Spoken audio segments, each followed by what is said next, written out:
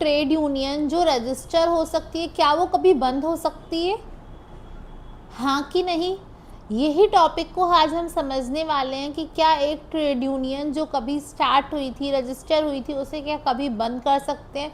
बंद कर सकते हैं तो उसकी प्रोसेस क्या है, और प्रोसेस में कितने लोग एग्री होने चाहिए, कितने लोग कन्विंस होने चाहिए कि हाँ हम डिसॉल्व करना चाहते हैं।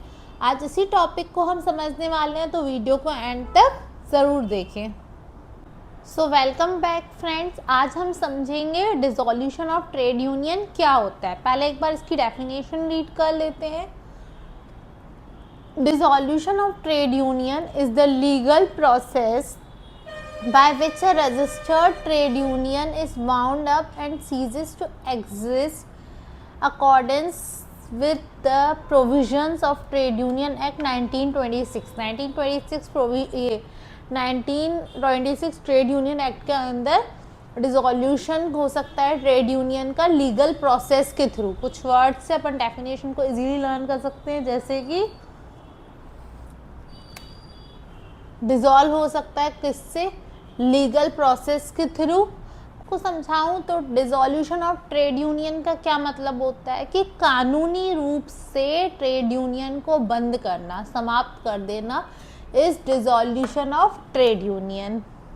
ओके, इसको एक एग्जाम्पल के थ्रू समझते हैं, बिल्कुल सिंपल एग्जाम्पल के थ्रू। ये आप है, ये आपके कुछ फ्रेंड्स हैं। 2022 में आप लोग मिलके एक क्लब बनाते हो, ठीक है, कि आप कुछ भी चीज़ डिस्कस कर पाओ और मीटअप कर पाओ, कुछ भी चीज़ कर पाओ, तो आप लोग एक क्लब बनाते हो सब मिलके। लेकिन 2025 आता है और सबको अलग अलग सिटीज़ में सब मूव ऑन कर लेते हैं। तो अब ये क्लब है ना, ये तो कोई काम ही नहीं आ रहा है, बिकॉज इसका कोई यूज़ ही नहीं है, सब डिफरेंट सिटीज़ में मूव कर चुके हैं। तो ये क्लब को जब सब ऑफिशियली डिसाइड कर देते हैं कि हम इसको बंद करने वाले हैं, इसको अपन क्या बोलते हैं, बंद करने वाले हैं, क्योंकि आप बोलेंगे क्लोज अप द क्लब।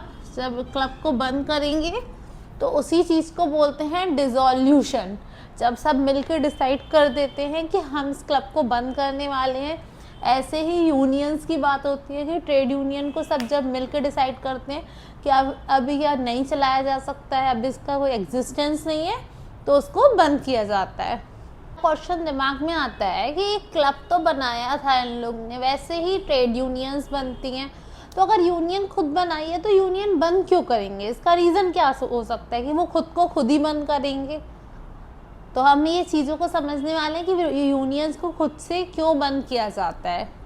अब सबसे पहली चीज़ समझते हैं कि डिसॉल्यूशन होता क्यों है। डिसॉल्यूशन सबसे पहला रीज़न है डिसॉल्यूशन होने का कि लेस मेंबर्स लेफ्ट, कम मेंबर्स बचे हुए हैं अब यूनियन में। जब बनी थी तब तो काफ़ी मेंबर्स थे, बट अब कम मेंबर्स हैं, तो काम क्या होगा, एफिशिएंटली नहीं होगा। तो काम एफिशिएंटली नहीं होगा, इसी वजह से यूनियन को बंद करना ही वो लोग बेहतर डिसीजन समझते हैं। देखो, ये मैंने बताया, ये आपको एग्ज़ाम में ना ये हेडिंग होनी चाहिए और आपको अंदर डिटेल में सारी पूरा समझाना पड़ेगा कि कम मेंबर्स बचे हैं तो काम इफेक्टिवली नहीं होगा, तो यूनियन अपग्रेड नहीं कर पाएगा या यूनियन वर्क नहीं करेगा, इसीलिए उसे डिसॉल्व करना पड़ता है। क्या होता है डिसॉल्यूशन का सेकेंड रीज़न होता है कि जिस ऑब्जेक्टिव को अकम्प्लिश करने के लिए या अचीव करने के लिए ट्रेड यूनियन बनी थी, वो ऑब्जेक्टिव ही कंप्लीट हो गया है।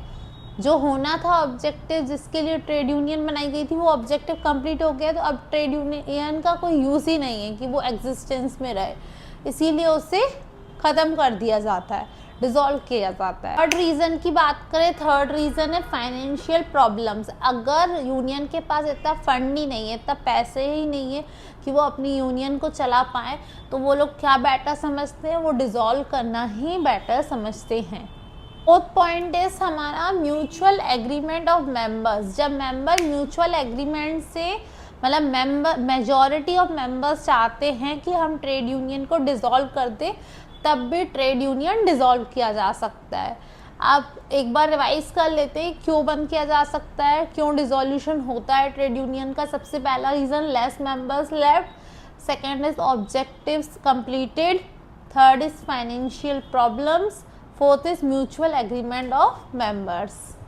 सबसे पहला स्टेप अब बात करते हैं हम प्रोसीजर की, कि प्रोसीजर क्या होता है डिसॉल्यूशन का। सबसे पहला स्टेप होता है trade union members, short form में लिखा है TUM, ट्रेड यूनियन मेंबर्स या ऑफिस बियरर्स जिनको अपन बोलते हैं, वो मीटिंग करते हैं, मतलब डिस्कशन होता है। पहले सबसे पहले डिस्कस ही नहीं करोगे तो डिसॉल्यूशन की तो बात ही नहीं हो सकती है। पहले तो एक मीटिंग होती है जिसमें चीज़ें डिस्कस की जाती हैं।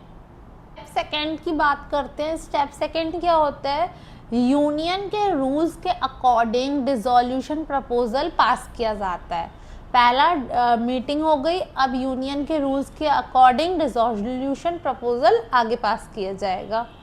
थर्ड की बात करते हैं, जो अभी यूनियन है ना, उसके जो लेफ्ट ओवर प्रॉपर्टी, फंड्स या असेट जो भी बचे हुए होते हैं, उनको क्या किया जाता है, डिस्ट्रीब्यूट किया जाता है। डिस्ट्रीब्यूट किया ऐसे किया जाता है, डिस्ट्रीब्यूट किया जाता है कॉन्स्टिट्यूशन के रूल्स, जो भी यूनियन के कॉन्स्टिट्यूशन ऑफ यूनियन के जो भी रूल्स होते हैं ना, उसके अकॉर्डिंग इनका डिस्ट्रीब्यूशन किया जाता है। किसका, जो भी left over property, funds, asset जो भी बचा है, उनका ना जो रूल्स ऑफ यूनियन बोल लो, उनके अकॉर्डिंग डिस्ट्रीब्यूट किया जाता है। आप स्टेप 4 पे बढ़ते हैं। स्टेप 4 क्या होता है, स्टेप 4 होता है डिसॉल्यूशन की इंफॉर्मेशन दी जाती है। किसको दी जाती है, registrar of trade union, short form में लिखा है रजिस्ट्रार ऑफ ट्रेड यूनियन को इन्फॉर्मेशन दी जाती है कि वो लोग डिसॉल्व करना चाहते हैं, तो डिसॉल्यूशन की इन्फॉर्मेशन दी जाती है स्टेप 4। इसके बाद अपन बढ़ते हैं लास्ट स्टेप पे। फोर्थ स्टेप अपन को क्लियर था यहाँ तक, रजिस्ट्रार ऑफ ट्रेड यूनियन को इन्फॉर्मेशन दी जाती है। उसके बाद रजिस्ट्रार ऑफ ट्रेड यूनियन क्या करते हैं, रिकॉर्ड्स को अपडेट करता है कि ये डिसॉल्व हो चुकी है ये वाली ट्रेड यूनियन। फिर क्या होता है, ट्रेड यूनियन की लीगल आइडेंटिटी ख़त्म हो जाती है और ये पूरी प्रोसेस होती है डिसॉल्यूशन की। एग्जाम्स में डिसॉल्यूशन का क्वेश्चन आए तो आप प्रोसेस भी मेंशन कर सकते हो, इससे आपको अच्छा स्कोर करने में बेनिफिट होगा। Important exam point of view से, जैसे आपको कैसे इस आंसर को लिखना है, कुछ चीज़ें बहुत इंपॉर्टेंट है, आप डिटेल में लिखोगे, मैं शॉर्ट में समझा रही हूँ यहाँ पे। सबसे पहले कि डिसॉल्यूशन का मतलब क्या होता है, लीगल टर्मिनेशन, और लीगल टर्मिनेशन मतलब लीगल आइडेंटिटी ख़त्म हो जाती है जब एक बार डिसॉल्यूशन हो जाता है। ये एग्ज़ाम में मेंशन करना बहुत इम्पॉर्टेंट है। और असेट्स और फंड्स का डिस्ट्रीब्यूशन कैसे होता है ये भी बताना इम्पॉर्टेंट है। रजिस्ट्रार को इन्फॉर्म किया जाता है, ये भी बहुत इम्पॉर्टेंट है क्योंकि इसी से पूरी एंड प्रोसेस चलती है। और लास्ट में trade union ceases to exist, okay, कि अब ट्रेड यूनियन ख़त्म हो जाता है। डिसॉल्यूशन की ये पूरी प्रोसेस को आप एक बार अच्छे से लर्न कर लो। और एग्ज़ाम पॉइंट में ये सब चीज़ें, एग्ज़ाम पॉइंट ऑफ व्यू से ये सब चीज़ें इम्पॉर्टेंट है लिखना आंसर में। अगर आपको ये वीडियो हेल्पफुल लगी हो तो प्लीज़ लाइक करें और शेयर करें अपने सारे LLB फ्रेंड्स के साथ, एंड चैनल को सब्सक्राइब करना मत भूलना।